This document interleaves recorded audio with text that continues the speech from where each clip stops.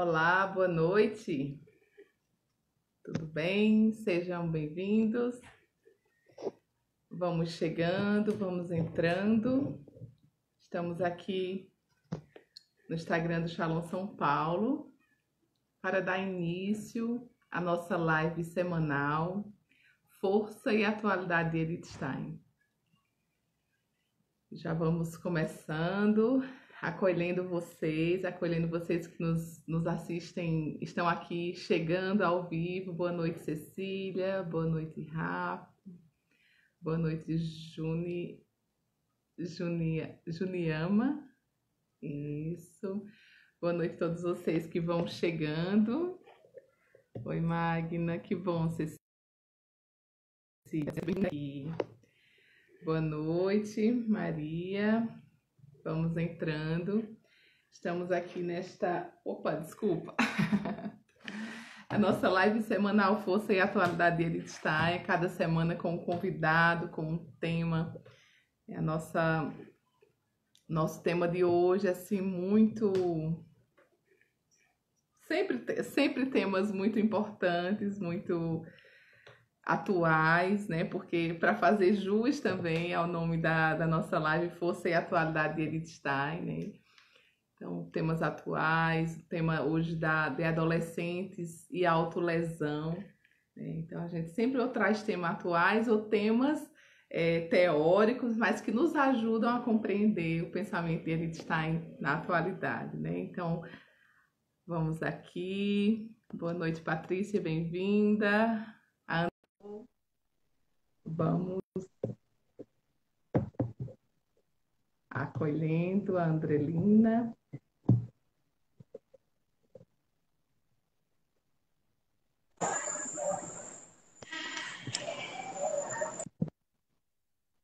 Oi, Andrelina.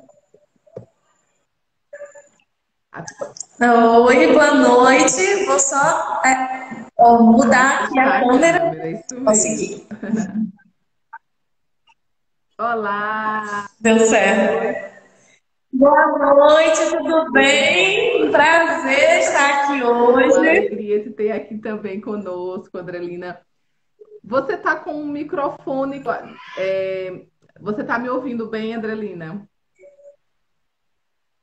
Tô ouvindo. Eu vou aumentar um pouquinho o som aqui pra gente. Vamos ver o que será que está dando um eco, assim, como se tivesse eco mesmo, som. Deixa eu...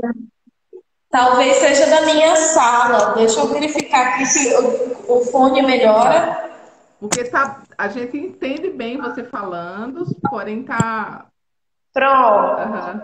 Melhorou? Tá a mesma coisa, mas vamos caminhando. Se não é nada, você não tá com dois aparelhos ligados e dando um repercutindo no outro. Não. Então é isso, é porque você está num lugar amplo, não é isso?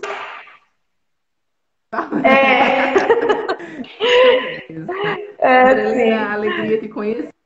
Mas se tiver ruim o áudio, Magna, eu posso mudar de ambiente, de repente. Se tiver muito ruim o áudio abafado. Não tá abafado, não. É quando tem celular e computador ligado.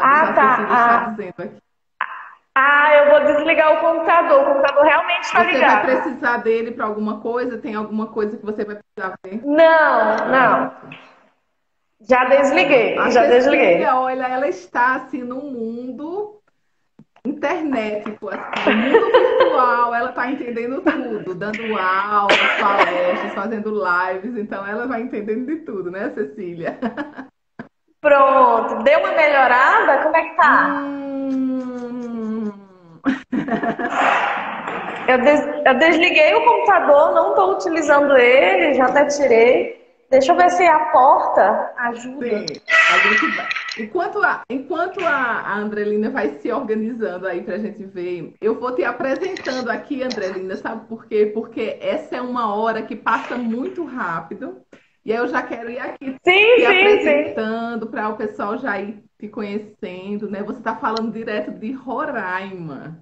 né? É muito bacana, é muito Roraima. bom essas oportunidades assim, né? Porque a gente vai falando de norte a sul do país, todos os estados aqui, sempre um convidado novo, né? Então tem sido uma oportunidade muito bacana. Eu tenho uma impressão que é a primeira Uhum. pessoa, a gente já teve nordestino, mas Olha que nordestino prazer! já, mas você acho que é a primeira representante realmente da Ah, olha que peso! região amazônica aqui representada. Então, olha, vai ser Sim, muita olha, responsabilidade sua, mas olha, você já está, vai tirar de sim. letra, viu? Então, isso. Obrigada. Então, assim, já te acolhendo, né, em nome da Pastoral Universitária da PUC São Paulo e também da comunidade Shalom, né? Aqui nós estamos falando da Missão de São Uhum. Paulo.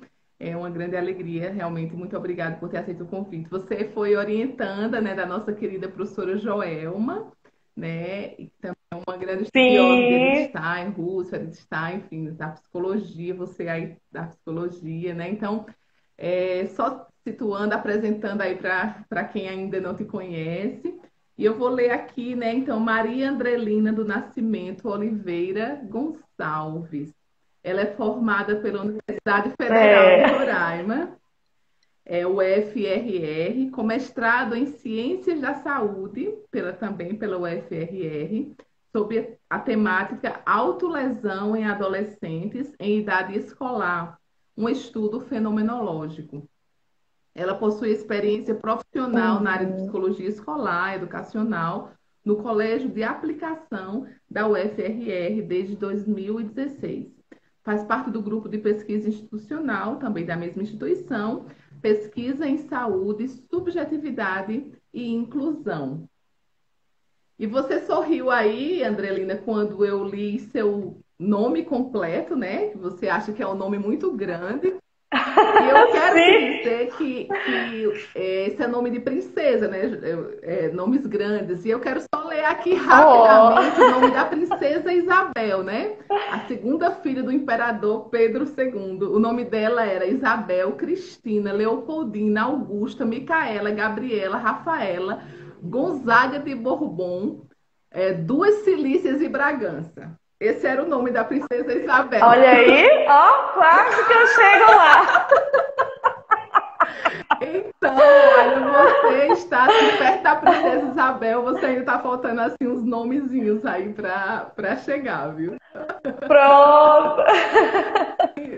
Meu marido é que comenta isso. Esse nome grande parece nome Isso, nobre, aí você né? A diz, tendência olha, antiga desses nomes mais isso compridos. mesmo. Casou com princesa, quase princesa. Eu me, arre- eu me arrependi que quando eu fui casar, eu achei que eu ia ficar com um nome muito grande. Eu tirei um nome lá, o nome materno. A minha mãe até hoje, ela se ressente por isso, meu Deus, tadinha. Se eu tivesse Oh. conhecido você antes, eu teria deixado o meu nome inteiro, tá? Você não teria Não tirado, você teria, teria deixado não teria. tudo. Fiquei com 4, teria ficado com 5, de boa, assim. Com Então, cinco. Andrelina, É. eu queria que você se apresentasse um pouco, eu já apresentei teus títulos aqui, mas assim, um pouco da tua trajetória steiniana, né? Como você conheceu a Edith Stein, Uhum. como foi que ela despertou teu interesse. E hoje nós vamos estar aqui falando sobre o tema de adolescentes e autolesão, né? Que é o tema da sua dissertação do mestrado. Estamos todos aqui Uhum. ansiosos, curiosos, né, para aprender um tema tão delicado, tão atual, né? E nós queremos aprender muito contigo, mas Sim. queremos saber um Aham. pouquinho dessa tua trajetória. Como foi que você conheceu a Edith Stein, né? Enfim, conta pra gente um pouquinho. Bom, primeiro eu quero agradecer, né, o convite, agradecer por estar aqui hoje, né, como Magna, você mesmo falou, assim, a questão do norte, a gente sabe que o norte, em relação à pesquisa, às vezes não é tão visto, né, então me sinto lisonjeada e falar um pouquinho sobre a minha trajetória e sobre a fenomenologia. Não tem como não falar do meu encontro, né, na graduação com a Joelma Espíndola, que eu digo assim, um divisor de águas. meu encontro com a fenomenologia, ela ocorre ainda na graduação, que tem esse despertar de entender o método, de entender a pessoa sobre um novo viés, né? Menos positivista, menos reducionista, entendendo uma complexidade, o ser humano enquanto complexidade, inserido no espaço, sem desconsiderar nada dele, muito pelo contrário, mas levando em consideração toda a totalidade do ser humano. Então, isso foi uma coisa que me despertou. E quando eu entrei no mestrado, a Joelma também foi a minha orientadora, já tinha tido experiência com ela durante a graduação. Meu estágio específico foi na área de fenomenologia, mas era atendimento clínico. E quando eu fui para o mestrado, eu já tinha atuação profissional dentro do contexto escolar. Então, juntou as duas coisas. O contato com o fenômeno, né? A adolescência, a autolesão, e o interesse com o método e já ter uma relação com a abordagem. E a orientadora, que já dominava bastante também o conteúdo. Então, eu digo assim, não é todo mundo que tem um privilégio de ter um casamento tão gratificante na pós-graduação. E eu digo com todas as letras, eu tive um excelente, e ainda tenho, porque a gente tem uma relação maravilhosa mesmo pós o mestrado, dessa relação de troca. E aí você disse assim, a gente vai aprender um pouco aqui, eu digo que a gente vai trocar um pouco aqui, né? Porque a própria fenomenologia, ela traz essa perspectiva da troca, da experiência, da vivência. Eu não domino o conhecimento, a gente está construindo esse conhecimento. Então, esse é que é o mágico dentro da ciência, né? Então, eu também não desconsidero o outro. E a minha experiência com a Edith Stein, ela nasce no contato com a Alice Bello, nas leituras, a partir das indicações da professora Joelma, né? Já tinha tido contato com o Russell na graduação, mas aí eu entro mais ainda, até para entender o método de fato, né? Com mais profundidade. Eu tive o privilégio, inclusive, de ter a professora Alice Bello na minha banca de qualificação. Eu digo assim, meu Deus, que nervoso, ela estava lá na minha banca de qualificação. Então, assim, aprofundar, ter um olhar dela, que é uma estudiosa há muito tempo dentro da leitura de Edith Stein, né? Que ela bebe em Russell, mas vai aprimorando mais adentro a sua teoria. E a minha dissertação, ela vai caminhando todo para até porque, para entender o mundo que esse adolescente, ele vivencia, né, esse ato de dor, e como que o meio, as relações, como a gente traz o conceito de comunidade, pode interferir e mudar essa força vital.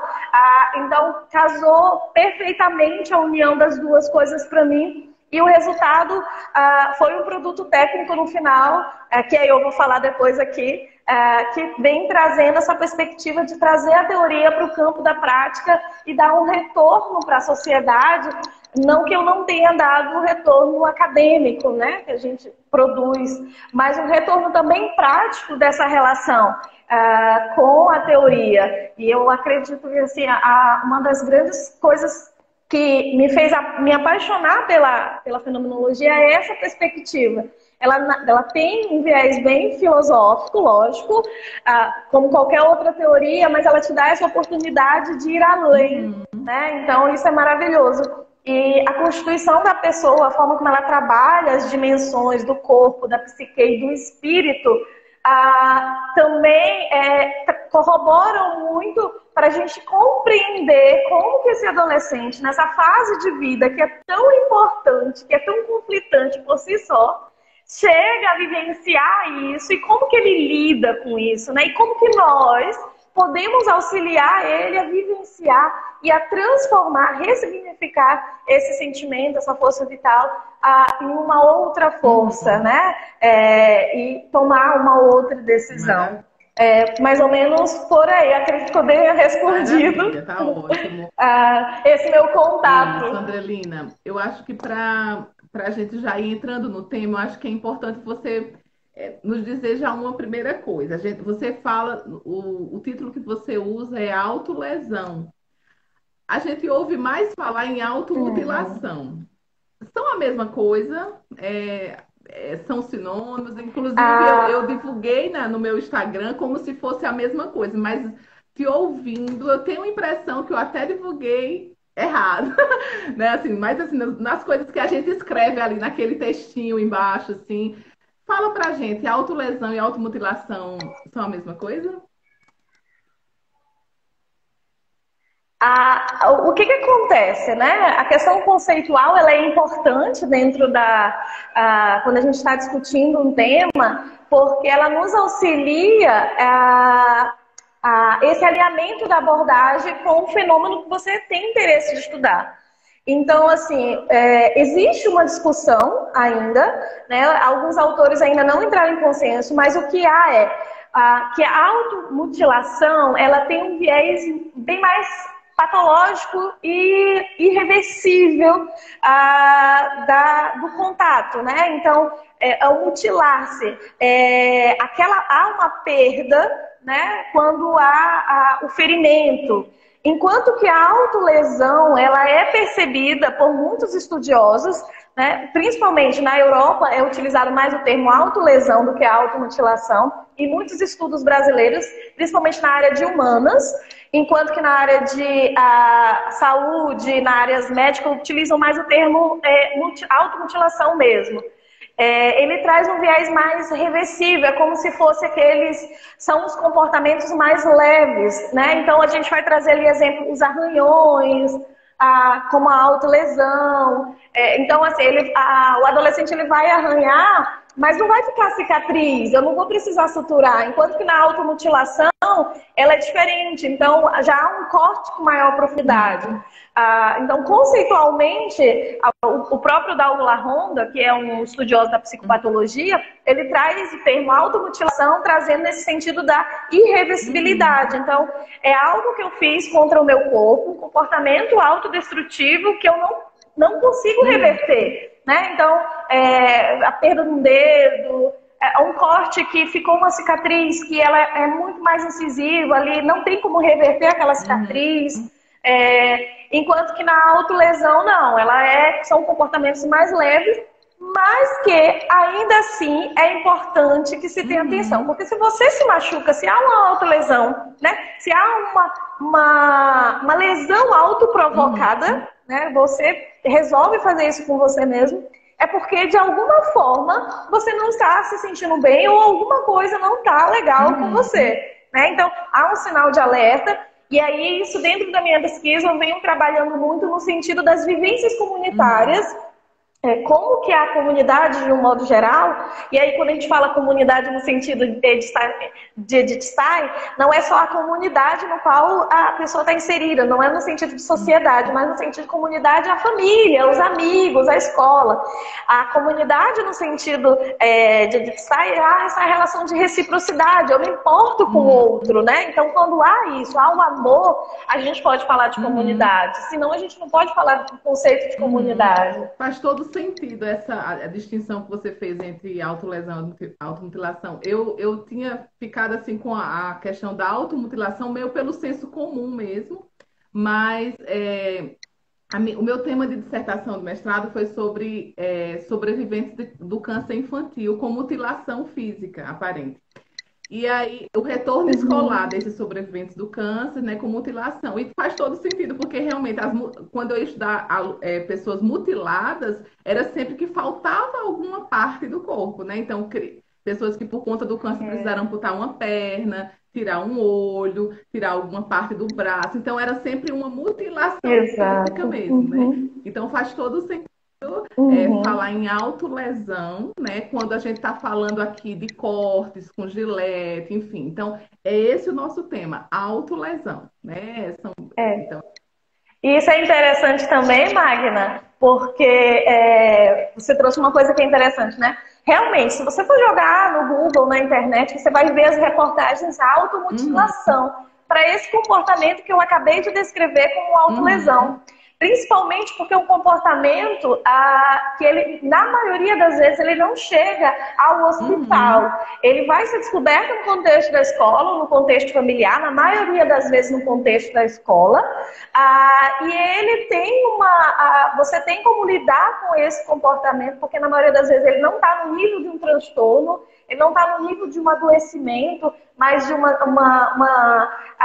um desencontro com ele, né? Que aí, como eu vou falar um pouquinho, quando ele consegue encontrar essa força vital, quando ele consegue encontrar esse apoio, esse suporte, ele consegue sair disso e dar um novo sentido para aquilo que ele um dia fez. Muitas vezes ele fica no âmbito da comunidade, ele não chega no âmbito hospitalar.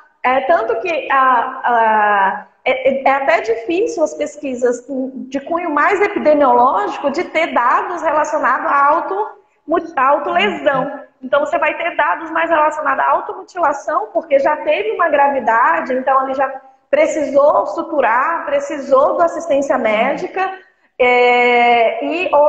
ou já tem uma tentativa de suicídio encaminhada nesse sentido. Andrelina, quando foi que você percebeu que esses casos começaram a chegar para você, né, como psicóloga escolar? Vai me corrigindo se eu falar alguma coisa. Desses casos começaram a chegar para você de modo pessoal. Mas quando foi que você percebeu que isso não era algo isolado? Uma coisinha aqui do meu grupinho, né? Não é uma coisa aqui isolada aqui da Amazônia, aqui do nosso, é coisa, né? Quando foi que você percebeu que isso era, que do micro isso era algo macro, né? Nós estamos aqui em São Paulo e esse é um assunto hoje que eu conversando com o meu coordenador, eu falei, ele disse, Magna, esse é um assunto muito relevante e atinge muito as escolas aqui de São Paulo. Eu disse, nossa, então a gente está falando lá do norte, mas que atinge, enfim. Então eu queria que você como foi que você se deu conta de que isso não era algo isolado a isso você? A minha trajetória em relação a esse tema ele é interessante, porque o meu contato com a escola, com a educação básica, mais nessa perspectiva da psicologia escolar, né, menos do indivíduo, mais do coletivo, mais das relações, pode-se dizer dessa forma, foi no final de 2016. Até então eu não tinha tido contato de fato com relação ao adolescente com esse tipo de sofrimento, com esse tipo de angústia. Então, quando eu tive o primeiro contato com uma adolescente, na realidade criança ainda, ali entre 11 e 12 anos, se eu me recordo bem a idade, né, nesse período de transição, lógico que aquilo impacta qualquer profissional, mesmo que a gente seja de saúde mental. Impacta no sentido de nos levar a questionar, né, como um ser humano, nessa fase da vida, ela se encontra com esse nível de sofrimento, de angústia, de dor na fala que você percebe. E aí a gente fica, assim, pelo menos eu fiquei, será que isso só tá aqui? Será que é só com ela? Então a gente começa a ligar a luzinha. Na época eu ainda não estava no mestrado, tinha terminado a graduação, feito uma outra especialização. Então, assim, eu comecei a me questionar e comecei a fazer um trabalho de prevenção dentro da escola no sentido de trabalhar um pouco mais a questão da saúde mental, né? De entender, de me aproximar um pouco mais dos alunos. Foi quando eu pude perceber que ela não era a única, que existiam outros alunos, mas que eles não falavam, eles se escondiam, até porque uma das características da autolesão é o comportamento velado, né? Então eles se escondem, na sua grande maioria. E a partir daí eu ampliei. Então, se está aqui na minha escola que eu trabalho, será que existem outras escolas? Será que isso está acontecendo no meu município como um todo? E aí, como o Estado é um Estado relativamente pequeno e a rede de saúde mental, a gente acaba tendo contato com todos os profissionais, ou boa parte dos profissionais, comecei a contactar ex-colegas de faculdade que já atuavam na educação básica, ou que estavam atuando em escolas privadas. E aí eles disseram, Andrelina, não é só contigo. Aqui, por exemplo, no posto de saúde, de 100%, eu estou com 80% a 85% de adolescentes que chegaram no posto, pela família ou pela escola, porque já está com essa prática há muito tempo. E aí a gente já precisa fazer uma terapia. Nas escolas particulares tem também, mas é um pouco mais velada do que na escola pública, né? Acaba abafando um pouquinho mais. E aí foi quando começou a minha inquietação em relação ao objeto. Aí surgiu a oportunidade do mestrado, e aí eu comecei a ampliar isso, né? Então, é um objeto de pesquisa além de um objeto de prática. Como eu posso ajudar isso, sendo que isso não é um problema só meu? Foi quando começou a sair nas redes de comunicação nacional. Acredito que teve, na época até saiu uma reportagem nacional no Fantástico também falando uma escola no Sul, que a escola tinha descoberto, que ligou para a mãe ficou desesperada, a escola também não sabia como lidar, estava desesperada, tinha sido um caos. Então aquilo complementou, né? E aí eu comecei a ampliar, comecei a ver que aquilo não era uma questão só de Roraima, de Boa Vista, era uma questão que era macro. E aí eu decidi, no mestrado, ir pesquisar isso, né? Então, na minha pesquisa bibliográfica, eu faço um levantamento, e esse levantamento, ele vem mostrar que mesmo sendo já, de uma certa forma, amplo, né? Já tem se mostrado como um problema de saúde pública, os pesquisadores ainda estão um pouquinho caminhando, principalmente assim, a gente tem uma tendência mais para a área de psicanálise ou de psicopatologia, e aí eu disse, não, eu quero entender esse fenômeno como um fenômeno a partir do indivíduo, e não um número quantitativo. E a Joelma disse assim, então vamos para frente, vamos com o método fenomenológico, vamos utilizar essa abordagem, que aí você vai ter suas respostas, porque o sentido não é saber o que ou porquê, mas como, né? Então, compreender como eles se sentem, como se dá, para a gente poder ajudar, porque se eu só tenho, lógico que o dado ele é importante, mas se eu só tenho dado e não tenho além do dado, eu não consigo pensar em estratégias para ajudar essa escola, porque a minha inquietação foi sempre assim, não é só saber que as escolas estão tendo um problema, que os adolescentes estão tendo esse fenômeno, né? Mas como que a gente pode auxiliar, como que a gente pode ajudar essas famílias, ajudar esses adolescentes, como que a gente pode, enquanto profissional de saúde mental, de fato, criar estratégias de prevenção, de promoção, espaços saudáveis. Então essa foi uma das inquietações que me levou, né? Então a minha inquietação sai do meu espaço de trabalho e é ampliado, né? E aí quando a gente vai para a pesquisa bibliográfica, a gente descobre que também não é um problema do Brasil, é um problema a nível mundial, né? Então a gente tem nos Estados Unidos eles chamam de self-injurium, como eu falei, na Europa as pesquisas mais voltadas para o termo autolesão mesmo, inclusive tem um relatório do Daniel Guerreiro em Portugal, que ele faz um estudo em várias escolas e ele valida um instrumento exatamente identificando o quanto que isso é amplo, inclusive nas escolas por lá. Então, assim, é uma realidade que a gente está vivendo e a gente precisa pensar como que a gente pode ressignificar, né? Dar um novo sentido a esse fenômeno, ajudar a esses adolescentes que estão numa fase de desenvolvimento, que estão demonstrando uma angústia, a dar um novo sentido para aquilo que eles, no momento, não estão conseguindo. Né? Que dentro da teoria é uma força vital enfraquecida. Então, com essa força vital enfraquecida, eles não conseguem tomar uma decisão, né? Caminhar para essa evolução do espírito. A Adriana, ela pergunta que ela trabalha com adolescentes que apresentam um comportamento de arrancar os cabelos. Nesse caso, é considerado autolesão ou automutilação? No caso, é a tricotilomania, né? Que é o puxar o cabelo. No caso, o cabelo ele não vai nascer. Esse cabelo que ele é retirado, ele não volta a nascer. Então, ele se encaixa dentro dos critérios, mais como uma automutilação, se a gente for colocar. Mas, é como eu falei, ainda não existe um consenso de fato sobre os termos.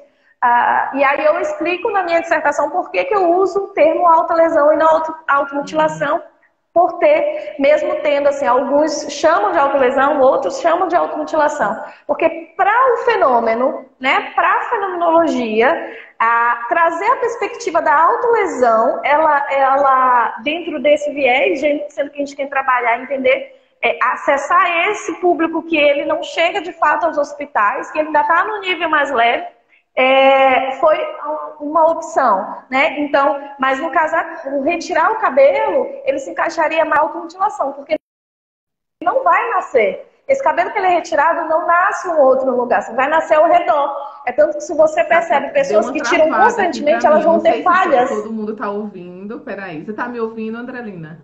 Travou? Você me ouve? Eu tô ouvindo. Sim, tranquilo. Para mim não travou. Travou. Vocês estão ouvindo a Andrelina falar? É nesse momento que ela está falando sobre o cabelo. Vocês estão ouvindo? Sinalizem aqui para mim, para eu saber se é só comigo ou se todos. Você está me ouvindo normal, Andrelina? Normal, super bem. Para mim agora perdeu o som, eu não estou te ouvindo. Sinalizem aqui para mim. Eu estou ouvindo ótimo? bem. Vocês estão tá ouvindo ótimo. a Andrelina falar normal? Tá. A irmã Adaí aqui, a Cecília, a Adriana. Adriana Albuquerque. Você é de Campina Grande, Adriana? É você? Minha amiga de infância? Não sei, eu acho que é, por esse sobrenome. Pronto, então todo mundo está ouvindo. E Maênia, minha irmã de Rondônia, lá de Porto Velho, também está aqui, viu?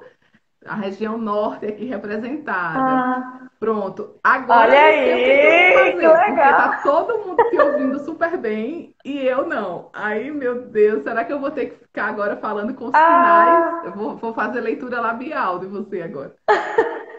Então, continua, Andrelina. Eu queria que você me falasse. Adriana, que linda, Adriana! Minha amiga de infância de Campina Grande, lá da Paraíba. Olha aí! Faz muitos anos que a gente não se encontra, né? Então é isso, Andrelina. Eu queria que você falasse assim.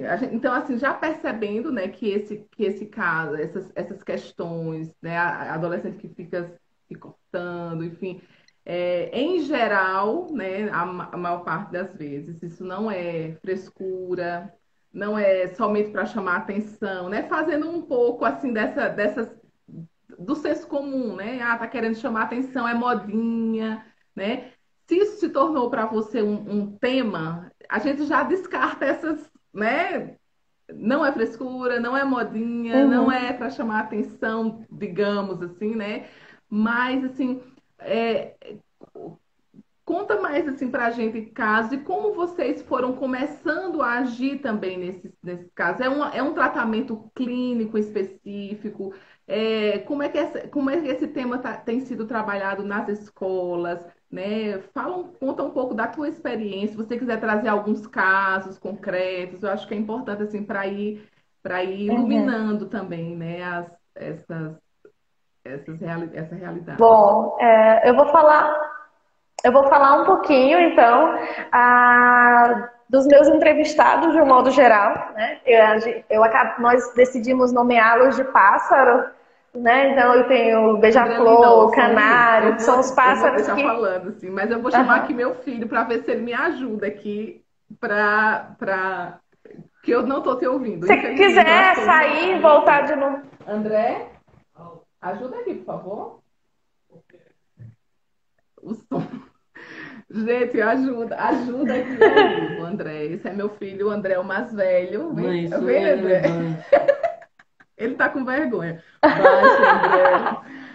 Olá, ela tá falando, prazer. todo mundo da live tá ouvindo ela, menos eu. Como é que eu faço? O volume tá funcionando até agora. Tava até agora, de repente... Tenta tirar o fone. Vai, tem que estar de novo. Fala, Andrelina. Tá me ouvindo? Saiu agora o som? Ai. E agora? Sugere. A ajuda dos adolescentes aqui. Sai e volta. Mas se eu sair, eu perco a live, Maínia. A live quem tá fazendo é a minha mãe. Quem tá fazendo sou eu. Quem tá chamando aí, então a gente perde tudo que... Oi, André, a tia Maínia. Oi, Maínia. Eu tô ouvindo o chat, tá, mãe? Então eu vou sair, entrar de novo e a gente vai ficar com parte um e parte 2. Eu vou salvar isso aqui, mas a gente entra novamente, tá bom, Tá pessoal? bom. Tenta tirar o Já fone, tentei. já Pronto, tentou. pronto. Tirei o fone. Não continuo sem ouvir. Não é, ó, o fone está aqui. É verdade, como ela disse, pode ser fone. Tenta falar aí. Tô falando. Elas estão me ouvindo, tá ouvindo a Andrelinha. Mas esse sem o fone sai som aqui. Sim, sim. Hã? Talvez, tipo, se ela falar, Oi, tá ouvindo? aí talvez Alguém- pelo celular saia o som. Peraí, Fala alguma coisa, por favor. Ah, Oi, tá conseguindo me ouvir? Eu tô falando aqui. não tá saindo ainda. Gente, Eu vou acho que salvar vai essa ter que primeira parte, sair dá e voltar 2 novamente. minutinhos, 2, 3, só para eu salvar aqui e a gente começa uma segunda live, tá? Beijo. Pronto, eu aguardo.